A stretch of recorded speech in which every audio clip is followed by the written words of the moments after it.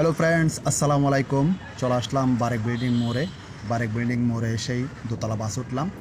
দোতলা বাসে উঠে যাত্রা শুরু করলাম এয়ারপোর্টের দিকে। এয়ারপোর্টের দিকে আমার অফিস, তাই এয়ারপোর্টের দিকে যাত্রা শুরু করলাম।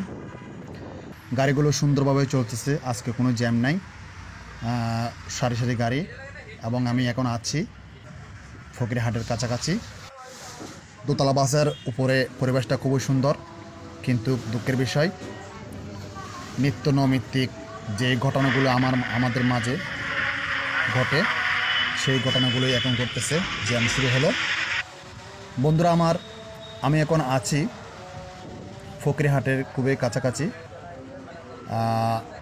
এটা হচ্ছে ফ্লাইওভার। আমি গাড়ির ভিতর আছি। গাড়ির পরিবেশটা একটু তুলে ধরছি, দোতলা বাসের চিত্রটা। কিন্তু গাড়িগুলো এখানে বেশিরভাগ গাড়ি কার্গো ট্রলি। রিক্সাওয়ালা এই ফাঁকে রিক্সাটা পরিষ্কার করে নিচ্ছে। জ্যামজটের কাছাকাছি গাড়িগুলো পরিষ্কার করা, এটাই। গাড়িগুলো সবগুলো থেমে আছে, জানি না কতক্ষণ জ্যামে আটকা থাকতে হয়। বলতে গেলে এক প্রকার জ্যামের নগরী চট্টগ্রাম শহর।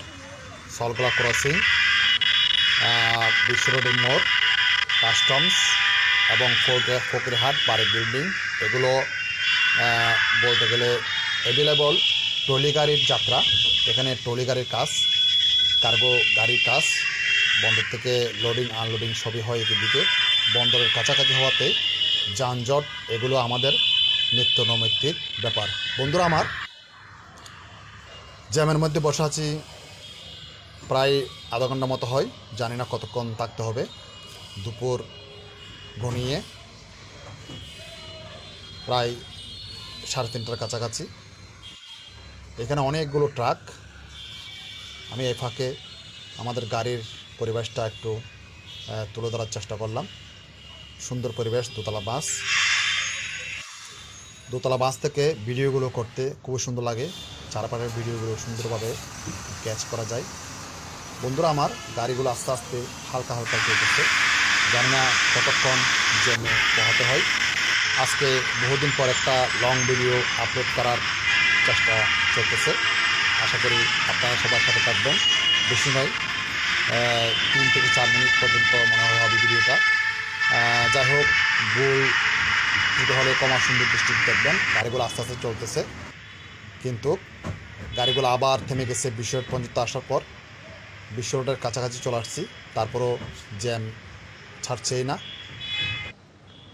মানুষের সুবিবেচনা করে, ভালো বিবেচনা করে ঈদের 4 দিন আগে এবং ঈদের 4 দিন পর 4 দিন পর্যন্ত, ঈদের আগে 4 দিন এবং ঈদের পর 4 দিন পর্যন্ত এই ট্রলি গাড়ি এবং ভারী কভার্ড ভ্যানগুলো যদি চলাচল বন্ধ থাকে, তাহলে মানুষের জন্য বিরাট একটা উপকার হয়। এগুলো যদি চট্টগ্রাম নগর বন্দর কর্তৃপক্ষ দায়িত্ব নেয়, তাহলে অবশ্যই সরকারিভাবে কর্পোরেশনভাবে ঘোষিত হলে অবশ্যই 4 দিন আগে এবং 4 দিন পরে ট্রলি গাড়ি যদি বন্ধ থাকে, মানুষের জন্য খুবই ভালো হবে, খুবই ভালো হবে। বন্ধুরা আমার, আমাদের বন্দরের কন্টেনারগুলো তুলে ধরলাম, কিন্তু জ্যাম অল্প 2 মিনিট 1 মিনিট গাড়ি চলার পর আবার জ্যাম শুরু হয়েছে। মনে হয় এখানে 2 ঘন্টা জ্যাম থাকবে। তাই আমি গাড়ি থেকে নেমে পড়লাম। গাড়ি থেকে নেমে আমি হাঁটা দিলাম। আমি হেঁটে হেঁটে 3 ফুট পর্যন্ত গেলাম। 3 ফুট পর্যন্ত যাওয়ার পর